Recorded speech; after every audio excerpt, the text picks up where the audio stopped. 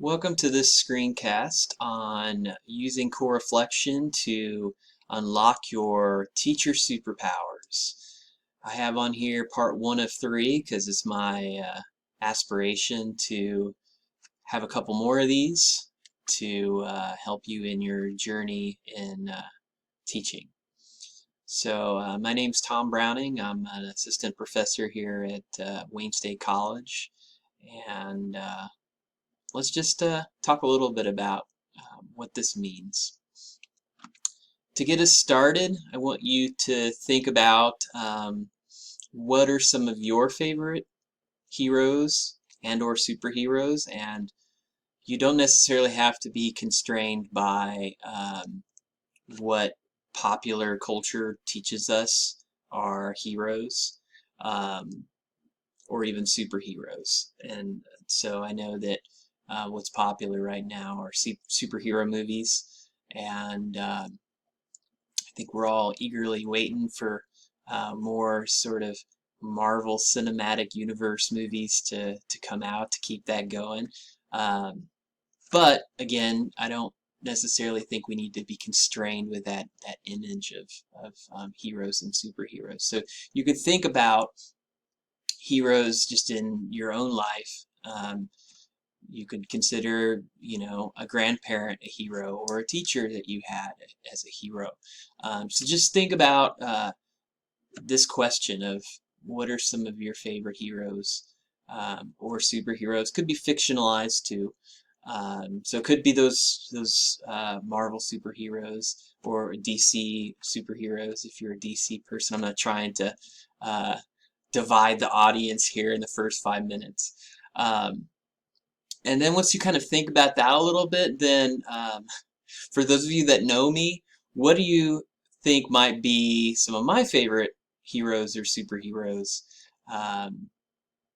So you can pause it and think about that and answer these questions. Is there someone near you? Then you can kind of have a conversation with someone about this. So pause right now and have that conversation, or do that sort of self-reflection. All right, well, let's see where we're going with this. I don't know if I would say Captain Marvel is my favorite superhero, because I'd have a hard time picking out a favorite. But I think if I had to sort of bound myself within Captain Marvel, I would definitely pick Goose as my favorite hero. Maybe that's an expected choice if you know me. But I do think that Goose is the hero that we all need. And it's kind of cut off, but I love Goose. So sticking with Captain Marvel, spoilers ahead. I don't think it's, at this point, I'm going to assume that if you wanted to see Captain Marvel, you probably would have already. A lot of us have been spending time at home because of the pandemic, and so you've probably been binge watching a lot of stuff. So I figure if you wanted to see Captain Marvel, you already would have. So what I want you to do is I want you to go to this link here, type this into your browser or on your phone or wherever you're watching this, and watch this clip. It's real short. And then once you watch it, I want you to answer a couple questions, and I think this might be cut off here a little bit, so I'll say them so that they're accessible.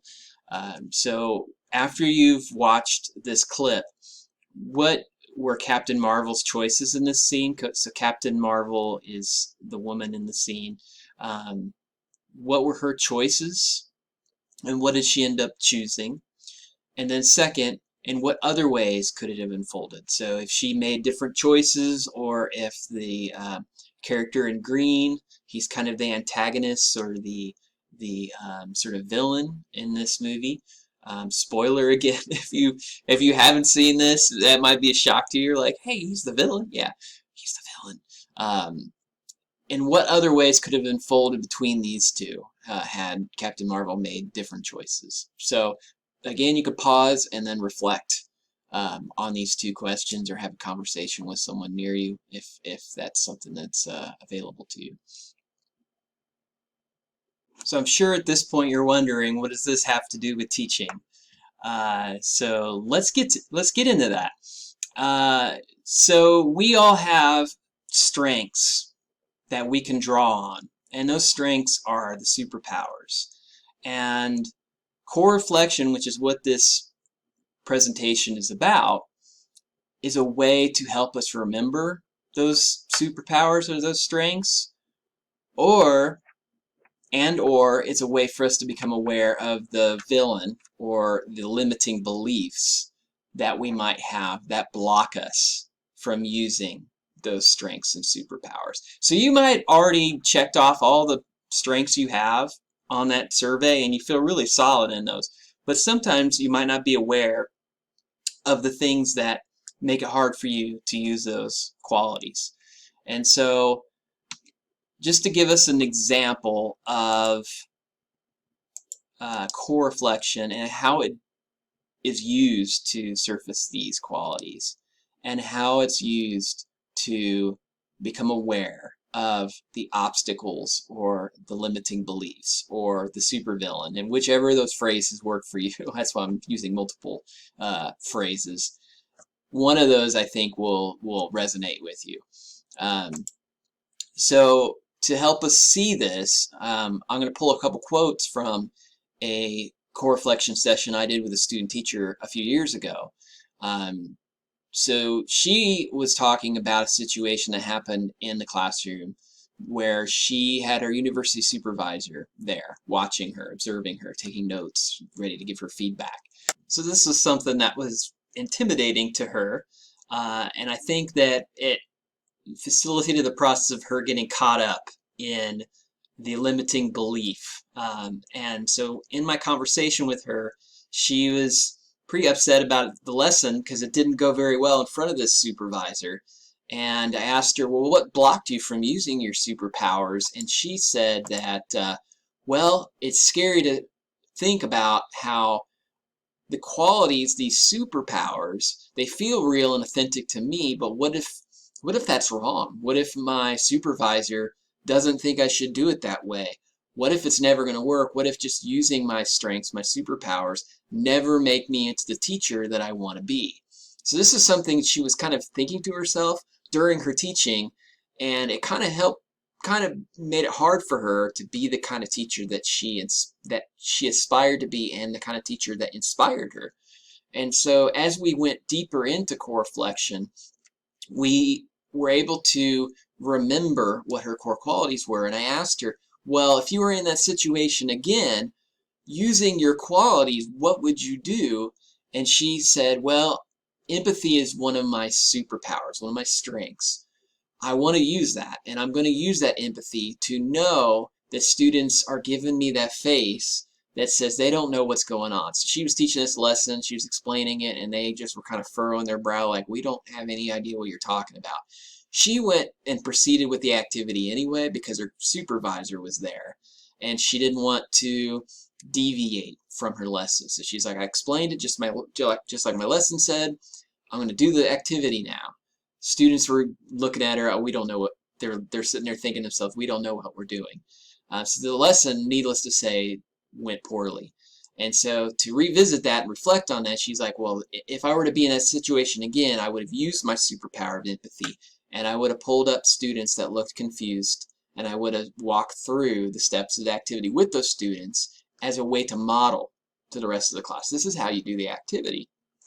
She's like, that's what I would have done, and I would have not got so worried about what my supervisor was going to think about me changing my lesson in that moment, because my lesson would have went well, and my supervisor would have been happy for me in that I was flexible and that I used these superpowers. So this is what core reflection is supposed to do. It's supposed to help you know what made it hard for you to use these qualities, and then help you know, well, what would I do next time? And then when that next time does happen, then you'll remember to use those superpowers or those core qualities. This is a list of qualities. This isn't the list. This is a list of examples, so you might have your own. And this is another list. And what I'd like you to do is pause this and to pick out 2 or 3 that you feel the most strong in.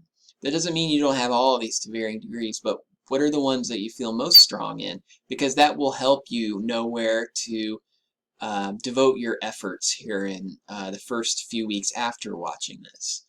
I also want you, when you pause this, to think about, well, how would these qualities help my students? How would students benefit if you use these more in your classroom? Another way to help you identify qualities, because maybe you got maybe one or two you feel strong in, but you just want a little bit more opportunity to kind of reflect and surface qualities. What you can do is think about something that's inspiring, a situation in the classroom where you felt really in flow, or you're working with a student and you're feeling really in flow and everything's just clicking into place. Talk about that with someone, or just reflect on your own about it, or write it down. And then whoever's listening to you, identify the qualities. Have them, that listener, say, well, in your story, I heard you were being empathetic, or I heard that you were being creative, or I heard that you were being flexible. It helps to have someone else point this stuff out sometimes, because we don't always notice these qualities in ourselves. And if you're just doing this on your own as an exercise, when you write out the story, maybe then read it from the standpoint of, well, what strengths or qualities was I using in that moment? So pause this this presentation and try that activity out. Another way, because I'm just giving you some options here to help you with identifying qualities. A third way to help you with finding qualities is to think about when you are at the end of your student teaching, or if you're not student teaching, when you are asking your principal for a reference letter. What would you like to see in that reference letter? So in the most inspiring version of the letter, what would the contents of that letter be? What would you feel proud to see in that letter? To give you a quick example, I asked my principal for a reference when I was teaching high school about 10 years ago, and he wrote these 3 things. He said I had good control of the classroom, he said I'm organized, he said I'm reliable. Now those are all things that principals like to see in a letter. So I understand why he wrote those things. I would have hoped that he would have said some other things. 10 years later, my students in their course evals said these things. They said that I helped them with critical thinking. I'm making them think. And they said that I'm a wonderful person, which thank you, whoever wrote that. And this last one's kind of cut off of the presentation, but it says that I'm patient with them and I make each of them feel important. So when I read that list, I feel much more inspired. That isn't to say that a teacher shouldn't be organized or a teacher shouldn't be reliable. However, when I think about the kind of teacher I want to be, I think about being that teacher that inspires critical thinking, being that patient teacher that sees each student, who they are, and tailoring the curriculum for them so that they feel like they are a welcomed presence in the classroom.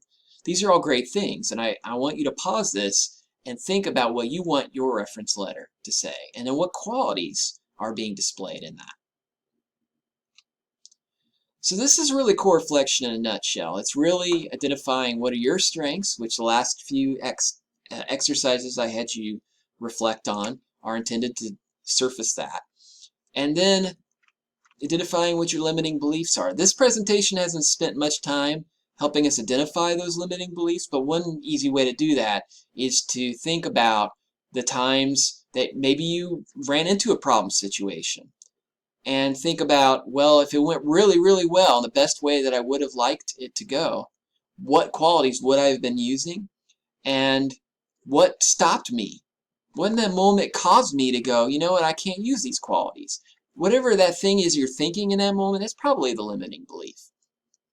I'll talk in greater detail in a future screencast on the limiting beliefs piece, but for now I want you to just think about, in the next several weeks, what are your qualities? What does it look like when you're in the classroom using them?